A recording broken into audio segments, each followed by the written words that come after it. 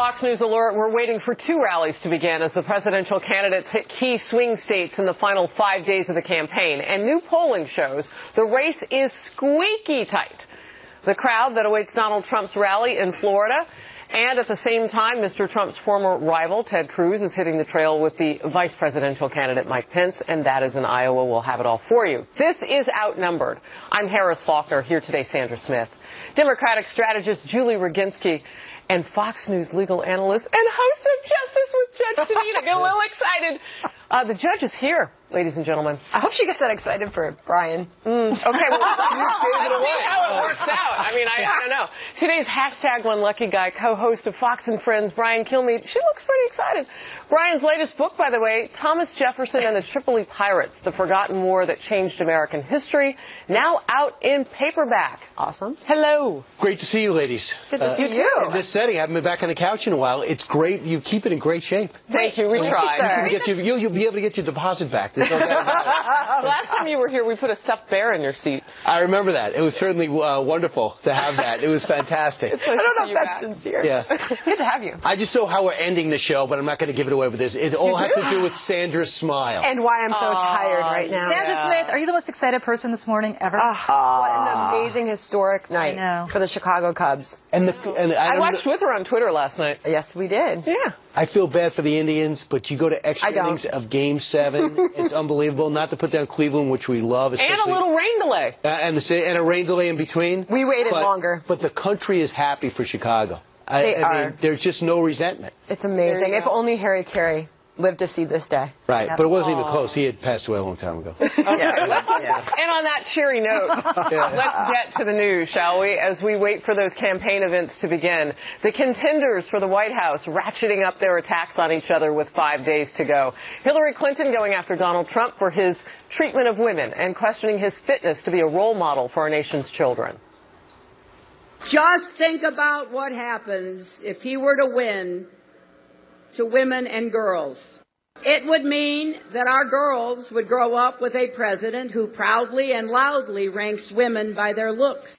Remember what he said about Carly Fiorina, a distinguished woman with a tremendous record of accomplishment. Trump said, nobody will vote for her. Look at her face. He brags about doing things to women without their consent. Just imagine what that would mean to girls and women. Donald Trump attacked Clinton on her emails, even as he was taking a gentle poke at himself about staying on message. You think Hillary's going to restore honesty to government? I don't think so, folks. Hillary wants to blame everyone else for her mounting legal troubles. But she has no one to blame but herself. Hillary is the one who set up an illegal private email server to shield her criminal activity. We've got to be nice and cool, nice and cool. Right? Stay on point, Donald, stay on point. No sidetracks, Donald. Nice and easy, nice. Because I've been watching Hillary the last few days. She's totally unhinged. Meanwhile, new Quinnipiac polls show the candidates running neck and neck in key battleground states. In Florida, only 1 point separates Clinton and Trump. In North Carolina, the Democrat holds a 3-point lead, 47 to 44% within the margin of error there.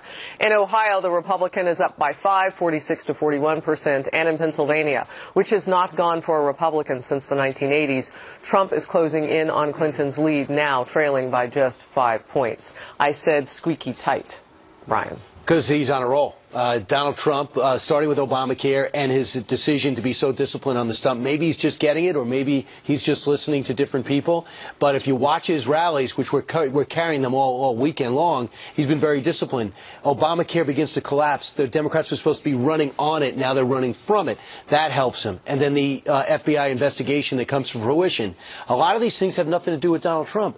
Others have to do with the fact that he is kind of hitting his stride. That's making everything come together. And now we're in a race that's too close to call. We are in the presence of a judge.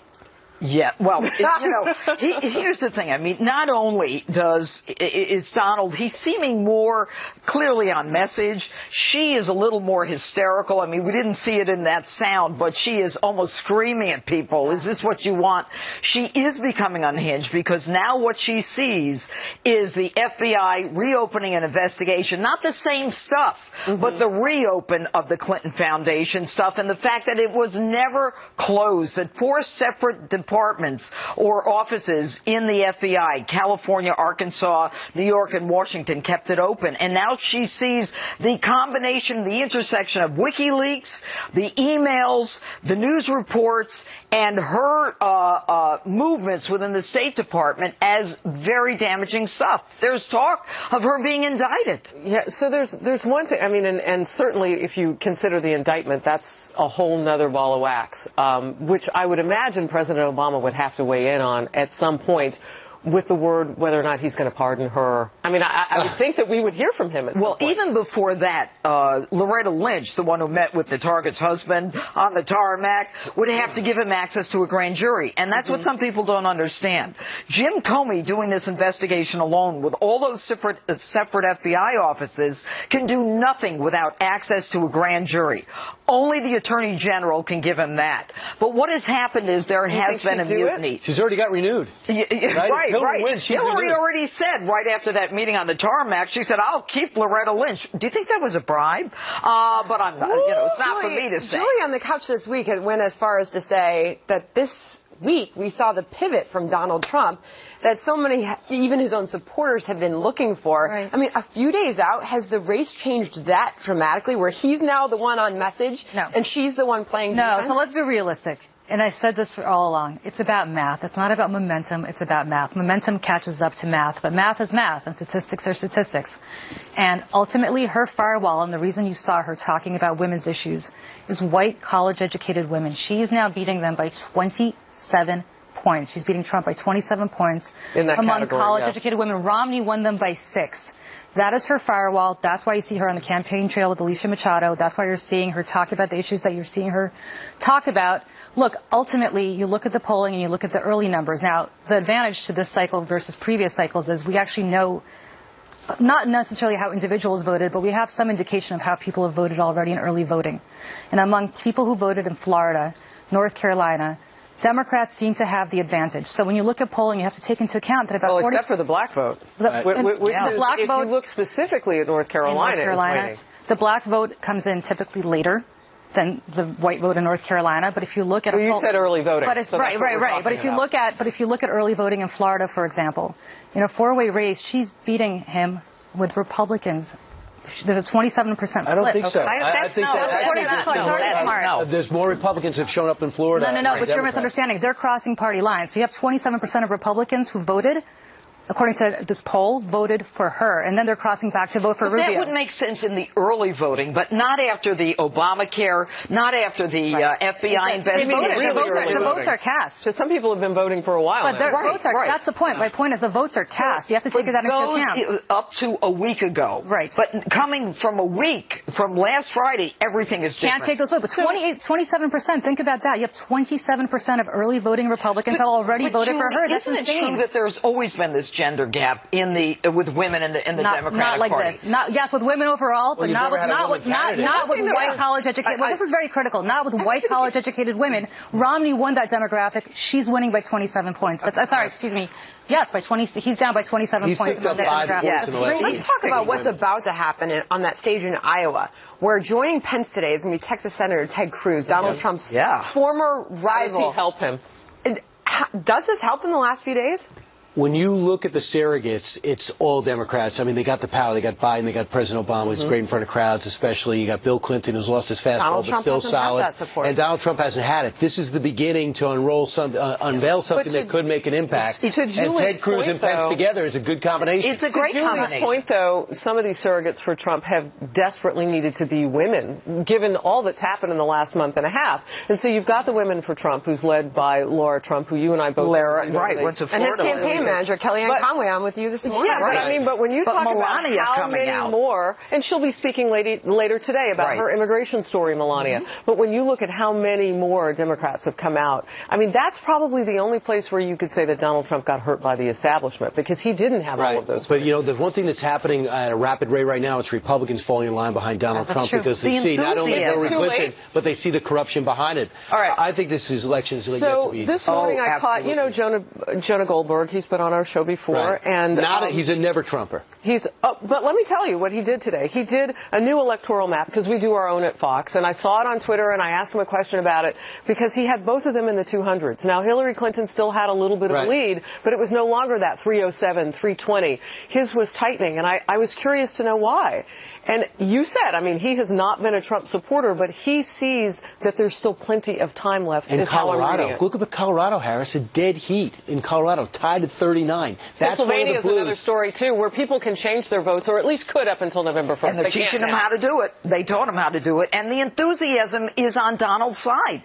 That's the difference. Can I tell you something about Pennsylvania? Pennsylvania is like Charlie Brown with the football, and Pennsylvania is Lucy.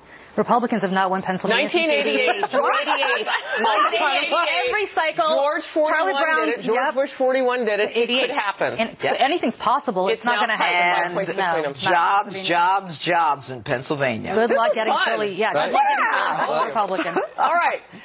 We want you to spend November 8th with all of us here at Fox News. All day, all night. We will have the biggest and the best coverage and the best analysis as we wait to find out who will be our next president. FNC, as the cool kids call it, is the only place to be on Election Day. Pop your corn, your night is made. We're not sleeping. No. We never live on Sunday, by the way. Sleep is overrated. The bombshells rocking Hillary Clinton's campaign at a fast and furious pace now. The latest, the, quote, avalanche of evidence our sources in the FBI say is mounting in their probe of alleged pay-to-play involving the Clinton family charity.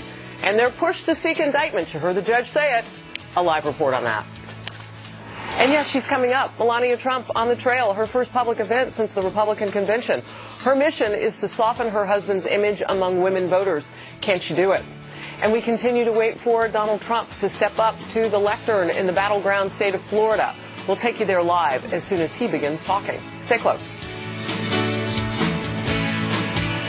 Alert as we await Donald Trump at a rally in Jacksonville, Florida. New details about the Clinton Foundation are sending shockwaves throughout the presidential race. FBI sources telling Fox News the agency's investigation into alleged pay-to-play involving the Clinton family charity has been going on for more than a year and has now taken on a, quote, very high priority. They say there's an avalanche of evidence and that barring some sort of obstruction, agents investigating would likely continue to push to try to get an indictment. All this, as the Wall Street Journal reports, there were some pretty fierce turf battles between FBI investigators and DOJ officials over whether they had enough to pursue an aggressive probe into the Clinton Foundation. Chief Intelligence Correspondent Catherine Herridge has more from Washington. Hey, Catherine. Here we go. Oh, thanks, Sandra. You're right. The Wall Street Journal is reporting this morning that a secret audio recording with an informant discussing the Clinton Foundation led to a bitter and internal battle between the FBI and the Justice Department over how to proceed in the Clinton Foundation investigation. We are working here at Fox to independently confirm that information, but what we know through our reporting is that the FBI's investigation of the Clinton Foundation is not dead. FBI agents are working quietly on this case out of 4 offices across the country, including Southern California, Arkansas, Washington, D.C., and New York City, with multiple sources telling Fox News that the Justice Department has been tapping the brakes on this case, in some instances blocking access to a grand jury. And despite earlier reporting, Fox News has confirmed that computers belonging to Clinton's personal attorney Cheryl Mills, there on the left, and Heather Samuelson were not destroyed as part of an immunity deal with the Justice Department in the email case. Both lawyers are central to these investigations because they were the ones who decided which Clinton emails were government work, deleting the rest. So those computers are still in evidence and still available to FBI investigators in the Clinton investigation on the foundation. And while protocol is not to discuss ongoing investigations, in a new interview, the president seems to dismiss FBI Director Comey's decision to reinitiate the Hillary Clinton email investigation. Hillary Clinton, having been in the arena for 30 years, oftentimes gets knocked around, and people say crazy stuff about her, and when she makes a mistake, an honest mistake, it ends up being blown up as if it's just some crazy thing. But it's really important to have some context here, because the president really does have a stake in the outcome, because the State Department revealed earlier this year that he did correspond with Hillary Clinton using that personal email address. I can confirm that as part of this monthly FOIA production of former Secretary Clinton's emails, the State Department will be denying in full 7 email chains found in 22 documents representing 37 pages. And in this April FBI interview, Clinton aide Huma Abedin told agents that she notified the White House every time Clinton changed her email address so that the president's high-security devices, including his BlackBerry, would not block those emails. Meantime, the Clinton Foundation has told our Mike Emanuel this morning that it's unaware of any federal probe into the charity, and it's not received any subpoenas for documents. So the bottom line for people at home is that there are 2 separate tracks in the investigation. There's the email mishandling of classified information that has been reinitiated by the FBI just in the last week. And then there's the Clinton Foundation. We first reported the expansion to the Clinton Foundation in January, and now we have new evidence that it's ongoing and intensifying. Catherine Herridge, thank you so much for that update and the breaking news. And we want to get to this breaking news. Donald Trump stepping up to the podium. Live in Washington with that exclusive story. Catherine.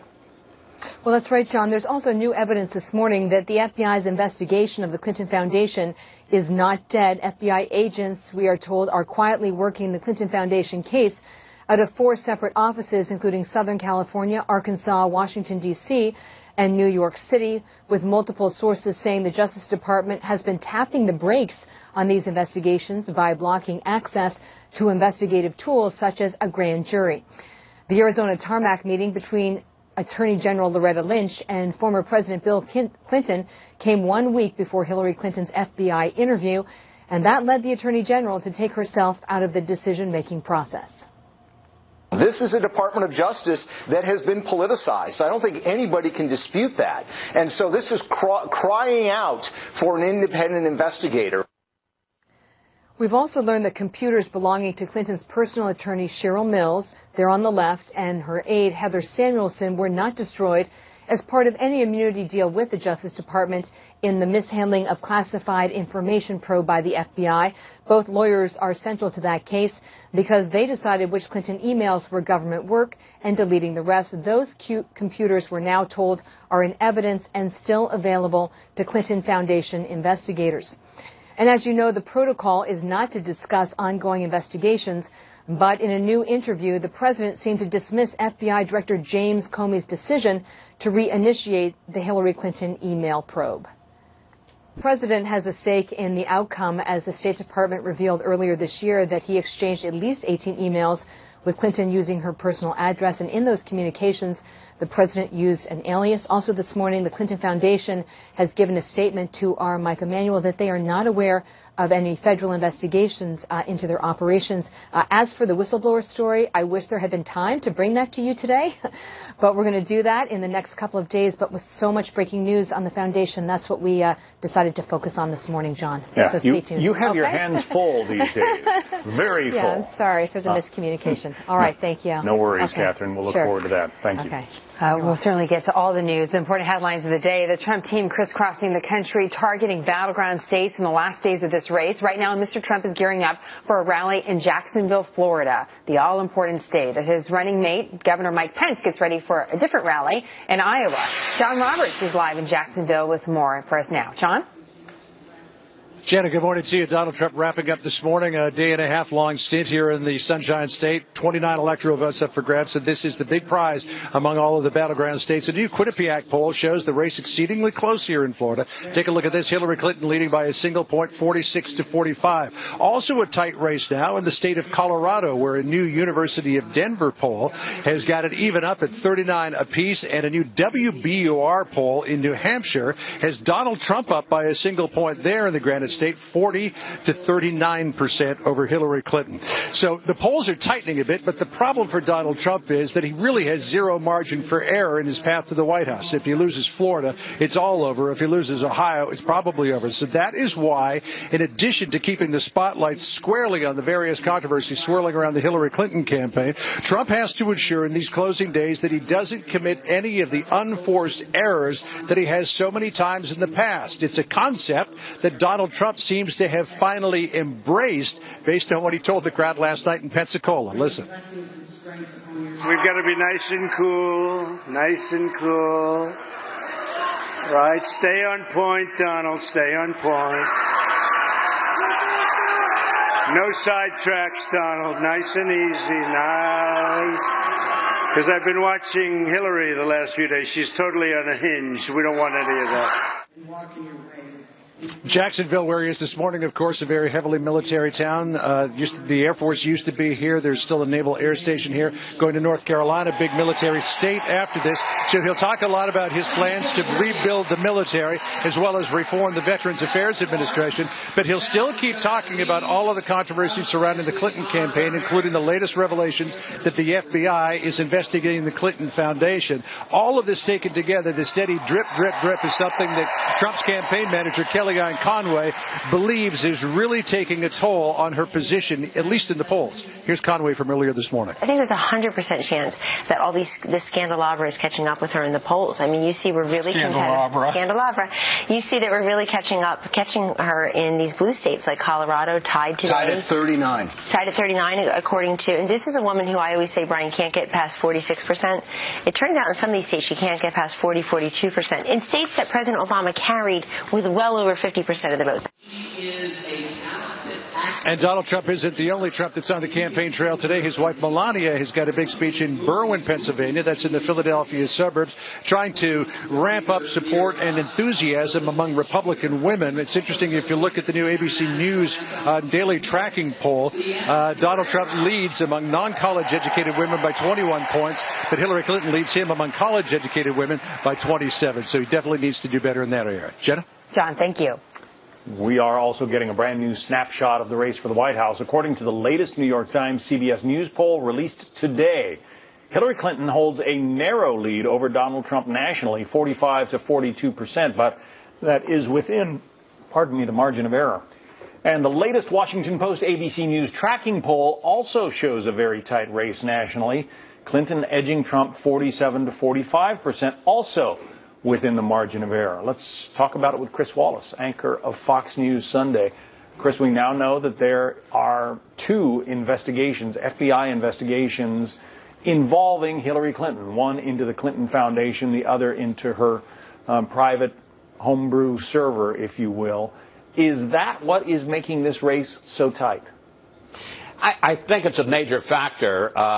There was always a sense that Republicans would come home as we got closer and closer to the election, and people had to choose. Even those who weren't sold on Donald Trump would decide they wanted to vote Republican and not Democratic. But clearly, this has boosted support among Trump's base and maybe gotten some persuadable voters along with him, and it's dampened support for Hillary Clinton. In one of the polls that you just cited there, his enthusiasm is now somewhat, his supporters' enthusiasm for Trump is higher than Clinton's supporters' enthusiasm for her. And that could play a big role because in the end, you know, it's not just what the support is, it's whose people actually go out and vote. We saw that in 2012 where the Clinton team shocked the Romney team because they were able to get more young people, more minorities out to vote than the model that the Romney campaign had set up. And if that happens for Trump, they could surprise Clinton just because more of their supporters come out and fewer of Clinton's supporters do. But you know, much of Hillary Clinton's advertising, many of the claims she's made about this race are that Donald Trump is too unstable, too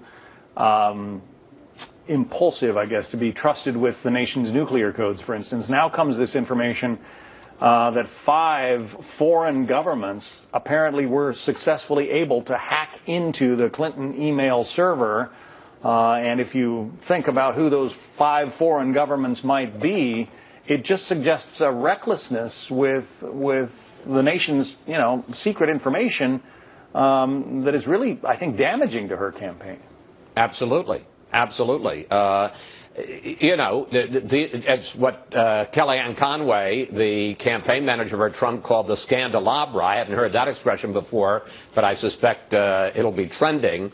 There's just an array of allegations here about honesty, about trustworthiness, about carefulness with information, about the potential that she could be the president-elect and the target of criminal investigations.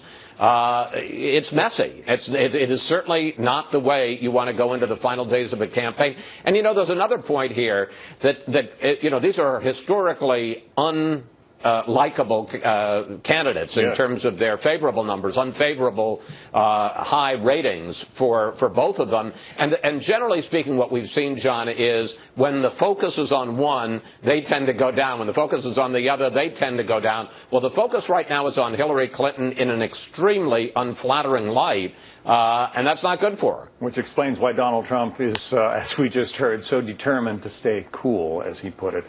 That new survey out of Colorado shows them tied at 39-39. That from the University of Denver, which gave me my first job as a 15-year-old lawnmower. So I have to put very heavy weight on it. Great credence into that. 39% tied in Colorado, but as was pointed out earlier, that leaves something like, when you factor in the independents who are running, it leaves something like 13% of the electorate in Colorado that hasn't made a decision yet.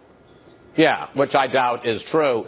I want to go back to something that John Roberts said in his report, which is that she has a huge advantage in the electoral map, that you look at the reliably blue states, they almost take you to 270. 18 states in the District of Columbia have voted Democratic 6 elections in a row. 242 electoral votes leaves her just 28 short.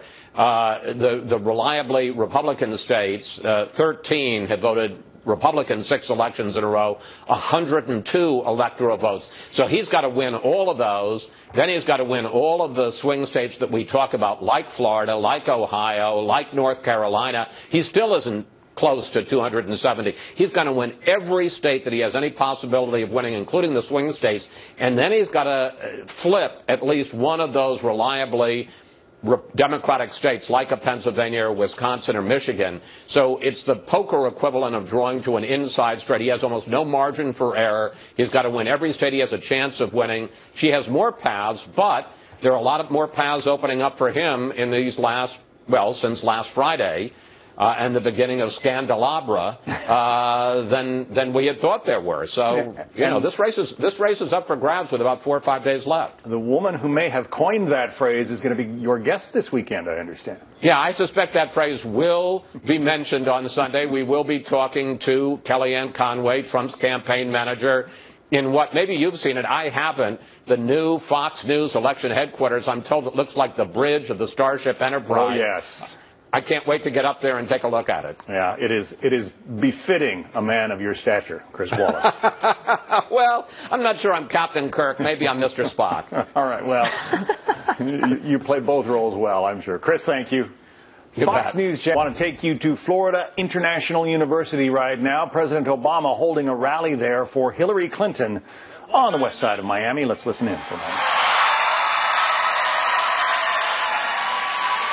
The reason I make this point is because I think in 2008 they were predicting that if Obama got elected, gas would be $6. So sometimes it's useful to check the tape. See what they said before. It turns out what they said was wrong. So what that means is what they're saying now is probably also wrong. Anyway, I just wanted to do that little detour. But in addition to, right, thanks, Obama. $2 gallon gas. Right. So,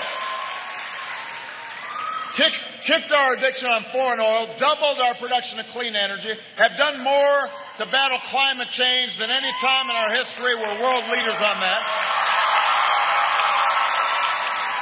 We brought home more of our men and women in uniform, took out Osama bin Laden,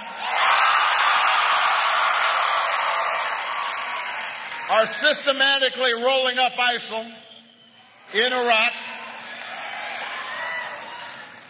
And by the way, back home, we've made sure that in all 50 states, people have the freedom to marry who they love.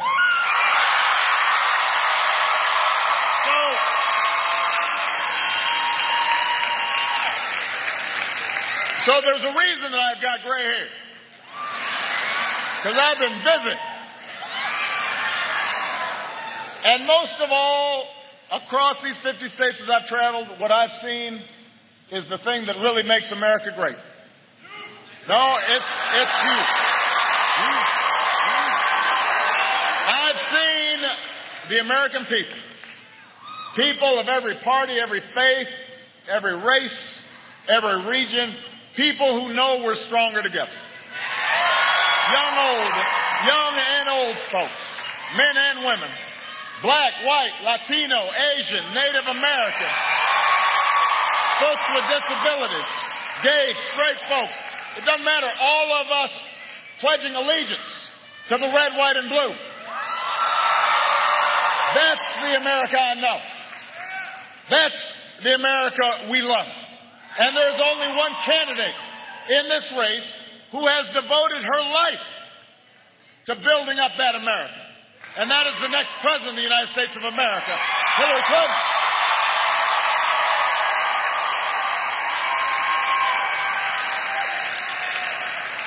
Now, make no mistake, Florida, all the progress we've made goes out the window if we don't win this election.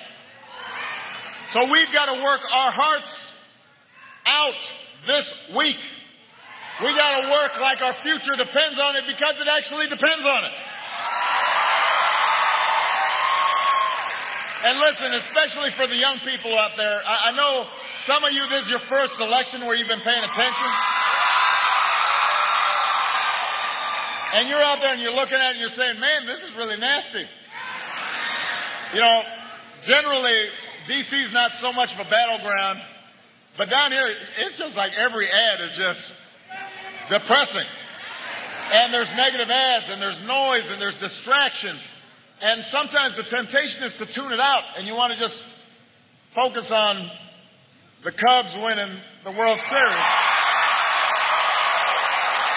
Which, by the way, even for a White Sox fan, is a pretty big deal. Because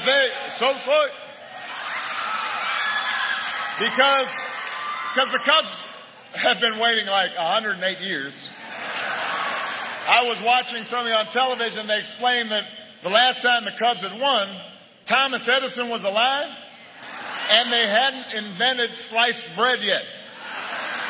So, you know the expression, this is the greatest thing since sliced bread? This is actually, for Cubs fans, the greatest thing since sliced bread. And I want to congratulate the Chicago Cubs for an amazing season.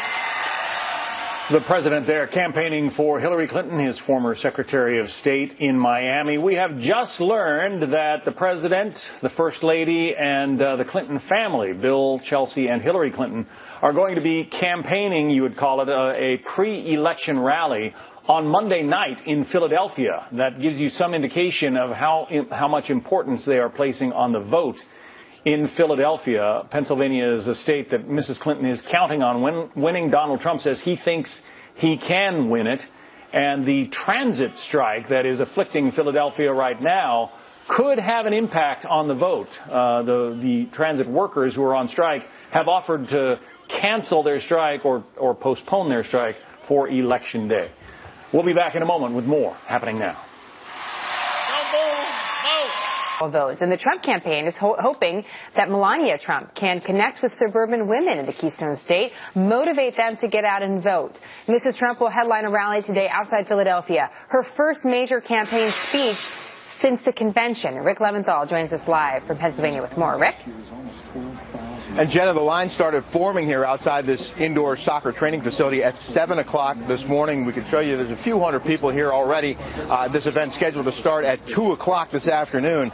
And it's an important event for the Trump campaign, because if Trump can win Pennsylvania, political observers say he has a clear path to the White House, but he can't win this state without women, especially suburban women, and that's why his wife Melania is speaking for the first time since the RNC, hoping to sway this incredibly important voter bloc in the final days before next Tuesday's election. I don't know if she's capable of swinging female voters, let's be honest. He's made some controversial statements about women, and Hillary Clinton won't stop talking about that because she recognizes that if Trump does better with women voters, that could possibly lead to her defeat.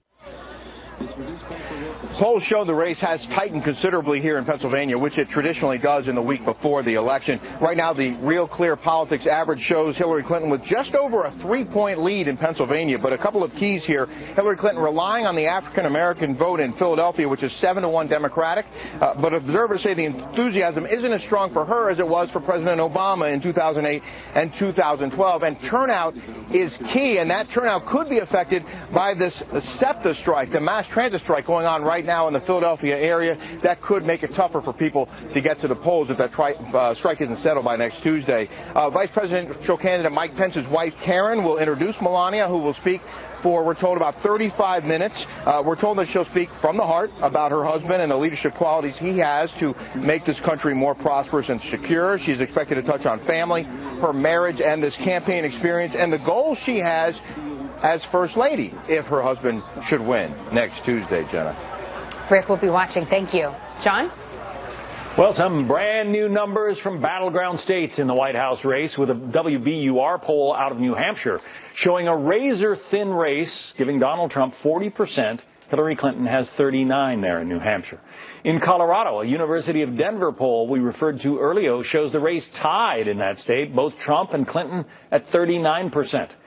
And in Pennsylvania, a Quinnipiac poll gives Clinton the edge, 48%, to Trump's 43%. Joining us now, Kevin McCullough, radio talk show host with Salem Media Group and a Trump supporter.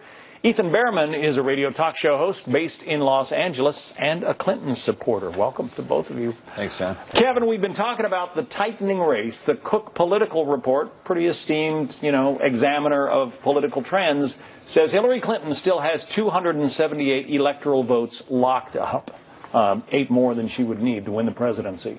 So you can get a tight race all you want, but if she's got the electoral votes pretty much in the can, what does that suggest to you? Well, that's based off of her winning 22 states. Donald Trump right now looks like he's leaning or winning 28 states, with a bunch of those right in the middle that could go either way. And what you're seeing, I think, even started before the disclosure on Friday last week, was that Trump had already started to correct a lot of missteps on the trail. And the Obamacare premiums, coupled with the disclosures from last Friday and all the email problems that have now been resurfaced, you've got kind of a perfect storm for him if he just stays clear of the controversy. And I think that people have really begun to say it's time for a different direction. Ethan, it is a tightening race. You know what that means. It means that he is trending this way, and maybe she's trending down, but, whichever way the trends are going, they're not going in the way your candidate would like. Yeah, there's no question that is the trend, but as you clearly pointed out, with these polls, the margin of error in Pennsylvania is the key here. 5 points from Quinnipiac is beyond the margin of error. Look, as the previous person just pointed out that you were playing with Janet, was that the suburban women in places like Bucks County are totally turned away from Donald Trump. Washington Post just had another article this morning pointing out that Mitt Romney won college-educated white women by 6%, and Trump is losing them by 24%. He can't overcome that and win the Electoral College at this point. Plus, there's a new scandal brewing that Wired magazine just released about how much Trump is spending on himself from the FEC disclosures. What about states like Florida and Ohio, though? They seem to be trending Trump's direction. The thing about polls, John, is they're not goalposts, they're snapshots. And the question for me in my analysis every day is, which direction is the momentum going? And Florida and Ohio have been trending for Trump for almost 3 weeks now. He has the right.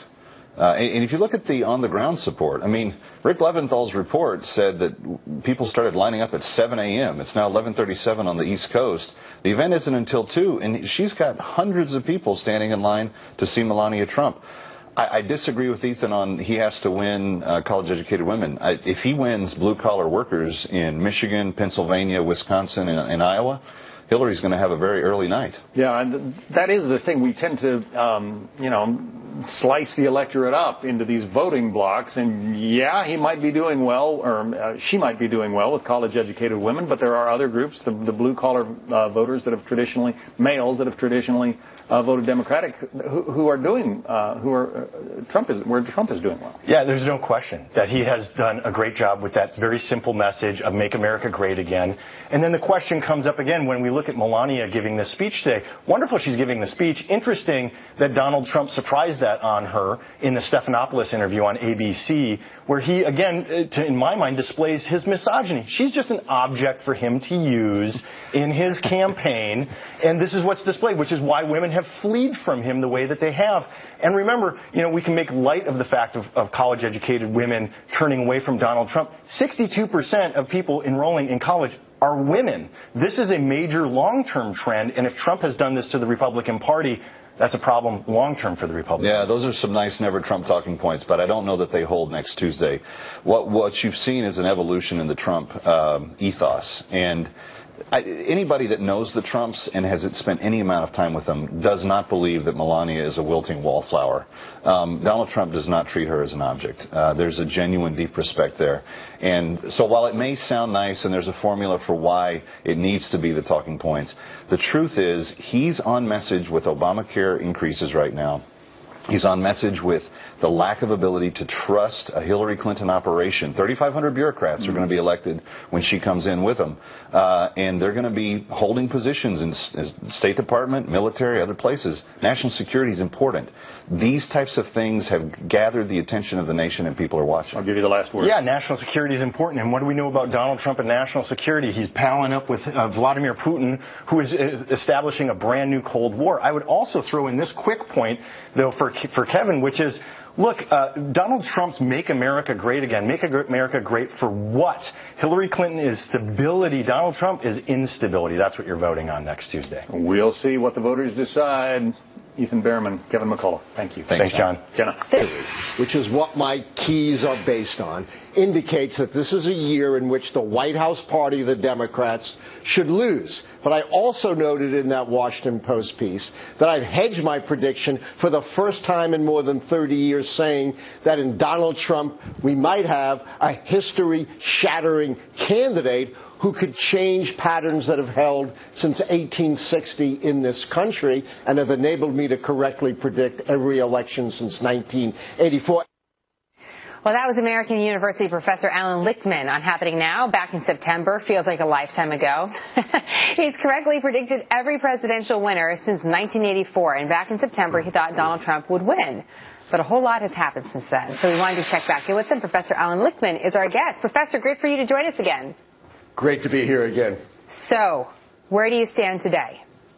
Well, my keys have not changed, but they have become a little bit weaker. The way the system works, if 6 of my 13 keys go against the incumbent White House party, they're predicted losers. It's still exactly 6 keys, although that third party key that goes against the White House party is a little bit shaky as Gary Johnson seems to be fading. And I have not, however, reneged on my qualification that Donald Trump is such a precedent-shattering candidate that he could snatch defeat from the jaws of victory. Okay, look, if it was John Kasich or Marco Rubio, I'd have no qualification. Really? Okay, well, I'm curious if you can put in context for our viewers, how many times you have offered such qualifications in the past? Is this the first time? Never? Never. Never in 30 years, since before you were born. Well, I wish that was the case, but it's not. Professor, what are you looking at? What do you think is going to be the determining factor in all of this? Well, as I said, Donald Trump is an out-of-the-box candidate. We've never seen a candidate before with no record of public service or record of enriching himself, often at the expense of others through bankruptcies or the Trump University. We've never seen a candidate who in advance of an election has said it's rigged and threatened 200 years of the peaceful transfer of power. Let me give you one more example. You know, back in 2012, for a while, Herman Cain was the favorite for the Republican nomination. 3 or 4 women came out and accused him of sexual harassment. That drove him out of the race. Donald Trump has bragged about sexual harassment, something Herman Cain never did. 12 women have accused him of it, and he soldiers on. I have never seen an election this unusual. Okay, but you don't have sexual harassment, though, on your 12 points. No, that's why it's a qualification. Right. I may have to totally advise my keys. But in the end, the nitty-gritty, because